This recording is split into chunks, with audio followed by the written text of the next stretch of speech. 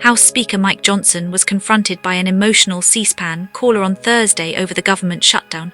The woman, who identified herself as a Republican military spouse from Virginia, told Johnson her family lives paycheck to paycheck and warned that if the standoff in Washington continued, she was worried her kids could die. "If we see a lapse in pay come the 15th, my children do not get the medication that's needed for them to live their life," the woman told Johnson. "As a Republican, I am disappointed in my party and I'm very disappointed in you because you do have the power to call the House back. I am begging you to pass this legislation," she continued. "I think it is awful, and the audacity of someone who makes 6 figures a year to do this to military families is insane." But instead of addressing that caller's concerns, Johnson pointed the finger at Democrats. "Republicans are the ones delivering for you," he said. "Chuck Schumer and the Democrats are the ones preventing you from getting the check, not Republicans, and my heart goes out to you."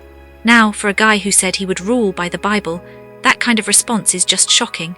Johnson should be ashamed of himself for lying to that poor woman, a concerned mother who was only asking that our men and women in uniform get paid, and that their children be able to get health care, while the speaker himself is getting paid. Johnson tried to say it's all the Democrats' fault, but as was pointed out to him in real time on air, Democrats have a plan to make sure the military is paid, and to make sure that woman and her children get the help and support they need. Politico has reported that as many as 70 House Democrats are preparing a letter to the Speaker calling for a vote on legislation that would allow members of the military to get paid during the shutdown. The pressure is even growing inside Johnson's own caucus.